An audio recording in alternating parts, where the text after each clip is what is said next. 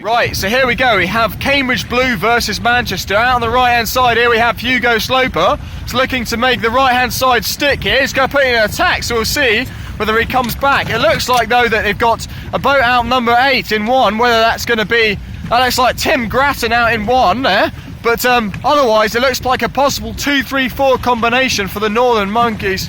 Manchester, is it Manchester? Manchester Purple. Very good. So Manchester Purple here, looking to make some things stick. Tim Grattan's got a bit on here. Whether he's going to get ahead of his boat 11, indeed he does.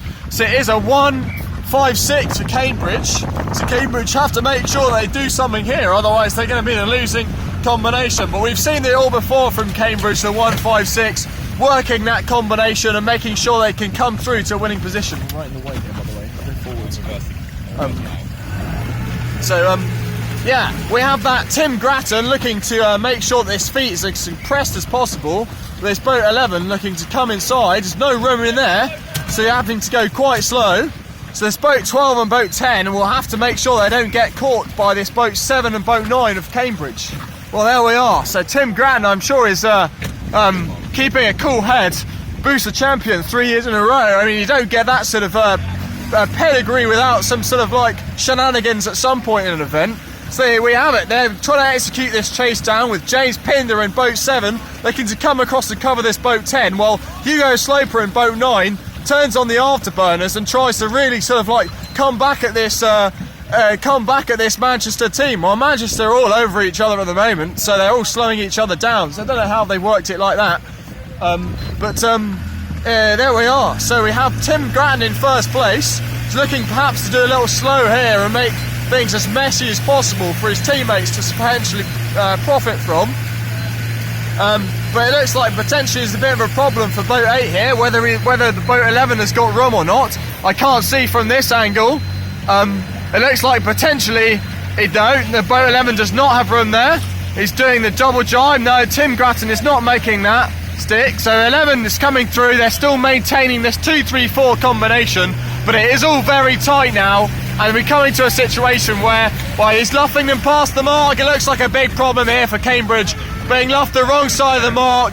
It's boat 10. There's going to be protests here, I'm sure. So there we are. Hugo Sloper is going for a spin here. So still a 1-5-6 combination, and Cambridge have got it all to do here.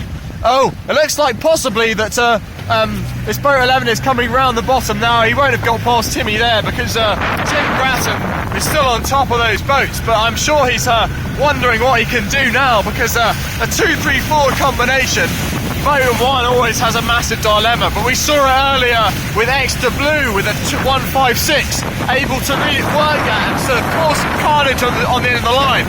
So it's not over until the end of the race. So you see this coming out the right hand side, Tim Grattan keeping out on this right hand side, hoping to come back on this starboard tack and potentially cause some carnage. So we're going to see all sorts of things hopefully towards the end of this race. We see Hugo Sloper in this boat 9 and left of picture. He's coming out to the right hand side, hoping to really sort of like come back at these two boats 12 and 10 on the left hand side. But it looks like they're just a bit too far ahead at the moment. So whether he's able to just speed up and get some of that, we don't know.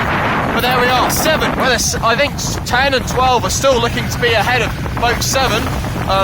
So it's looking like they've hopefully done this. See, here we go. Tim Grattan, centre of picture, is going for this boat 10. He's coming down on them to try and make sure that there's some difficulty there in terms of getting across the finish line in this 2-3-4 combination. But it looks like there's still a lot of problems coming here. So there we are. Boat 11 is ducking behind boat 10. And there's no room there for they have to give them room to finish this boat 8, but boat 8 is sort of stuck between a rock and a hard place here and really has to finish before his teammates do. And I think you'll find what happens is boat 7, boat 9 might try something a bit risky on the line just to take something, but it looks like it's all been green flagged. There's a protest there, it's a green from the umpires, and it looks like that's the first blood to Manchester Purple. So, well. Let's go back to the start for the next race. But frankly, that was a very, very interesting race. And Cambridge Blue won down in this got it all to do.